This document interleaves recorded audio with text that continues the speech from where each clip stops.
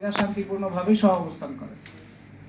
সমস্যাটা তৈরি হয়েছে যখন রাষ্ট্রীয়ভাবে কর্মসূচি নেওয়া হইল যে ওইখানে অন্যান্য জাতিগুলিকে সংখ্যালঘু বানাইতে হবে, বাঙালিকে সংখ্যাগুরু করতে হবে।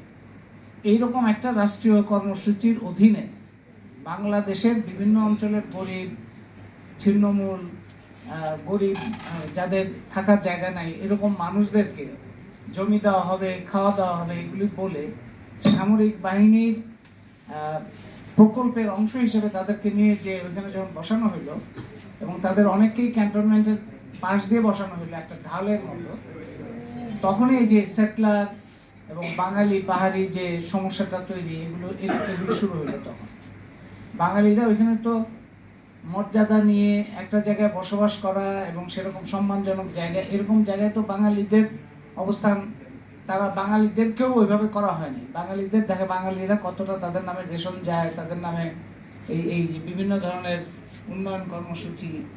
এখন যদি এরকম হয় যে একটা বাঙালি জনগোষ্ঠীকে তাদের দুর্বলতা সুযোগ ওইখানে নিয়ে যাওয়া হলো, তারপরে তাদেরকে ব্যবহার করা হলো ওইখানে একটা সবসময় চিরস্থায়ী দ্বন্দ্ব সংঘাত তৈরির জন্য, তাইলে তো সেইটা সমস্যার সমাধান আর সমস্যাকে আরো জটিল করবে। সেটাই হয়েছে, যে কারণে 92 সালে আমরা বলেছিলাম যে এই যারা ওইখানে বাঙালি আছেন তাদের শান্তিপূর্ণ এবং মর্যাদাপূর্ণ একটা অবস্থান কিভাবে ঠিক করা যায় এটা আলোচনায় আনতে হবে। এই বিষয়টাও এখানে এসছে। এটা আমি বলছি যে 92 সালে আমরা যেগুলি তুলেছিলাম সেই সমস্ত বিষয়গুলি এখনো বলতে হচ্ছে।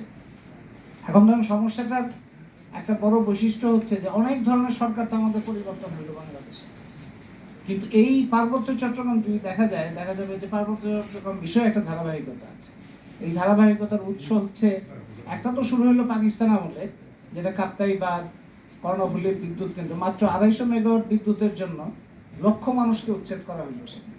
তো কি কারণে অবিশ্বাস, অনাস্থা, অশান্তি, প্রতিবাদ এগুলি তৈরি হবে না কেন? মানে 250 মেগাওয়াট বিদ্যুৎ, সেটা করার জন্য একটা বাদ করা হইলো এবং সেই বাদের জন্য লক্ষ মানুষ উচ্ছেদ হয়ে গেল, তাদেরকে জানানো হয়নি।